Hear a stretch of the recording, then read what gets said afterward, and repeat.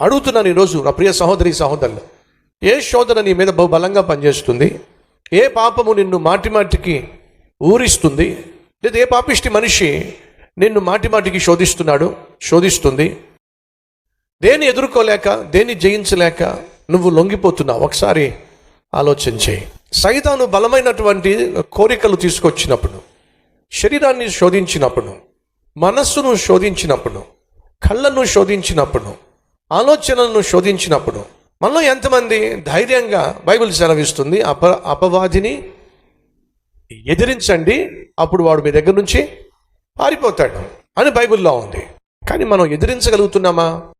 లేదు బ్రదర్, చాలా బలవంతుడు బ్రదర్ సైతాన్ గాడు, అండ్ అంత తేలిగ్గా ఎదిరించలేం బ్రదర్ అనేవాళ్ళు కూడా ఉంటారు. మీరు ఎప్పుడైనా కుక్కలు 4 కలిసి పందిని తరవడం చూసారా? చూసిన వాళ్ళు చూపిస్తారా?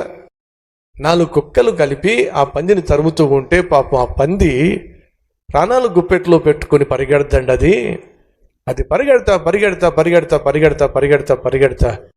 ఇక దానికి ఓపిక లేక సడన్గా బ్రేక్ వేసి వెనక్కి తిరిగిద్దండి. మీరే చెప్పాలి ఏమవుతుంది? ఎప్పుడైతే ఆ పంది సడన్గా బ్రేక్ వేసి వెనక్కి తిరిగిందో, ఆ 4 కుక్కలు కూడా సడన్ బ్రేక్ లేస్తే 4 కుక్కలు స్కిడ్ అవుతాయండి. ఇలా స్కిడ్ అయ్యి ఆ 10 దాకా వచ్చి ఈ 4 కుక్కలు కూడా ఎలా వెళ్ళినాయో తెలియదు, ఎక్కడికి వెళ్ళినాయో తెలియదు, మాయం.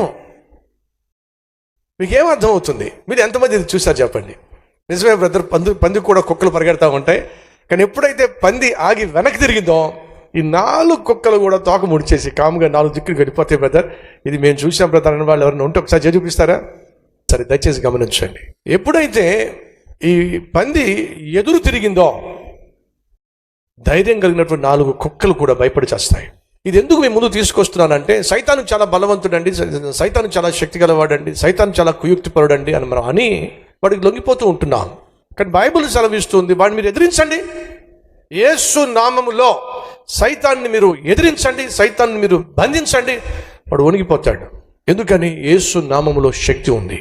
యేసు నామాన్ని మనం ఉచ్చరించినప్పుడు, యేసు నామాన్ని మనం స్మరించినప్పుడు నీకు వచ్చే భయం కావచ్చు, బెదురు కావచ్చు, బెరుకుతనం కావచ్చు, వెంటనే విడిచిపెట్టేస్తుంది. అందుకే మన పూర్వీకులు మనకి ఈ చక్కని మాట నేర్పించారు, యేసు రక్తమే జయం, యేసు రక్తమే జయం. యేసు రక్తములో ఉన్నటువంటి విజయం ఏమిటో వారికి తెలుసు కాబట్టి మనకి ఈ చిన్న ప్రార్థన నేర్పించారు.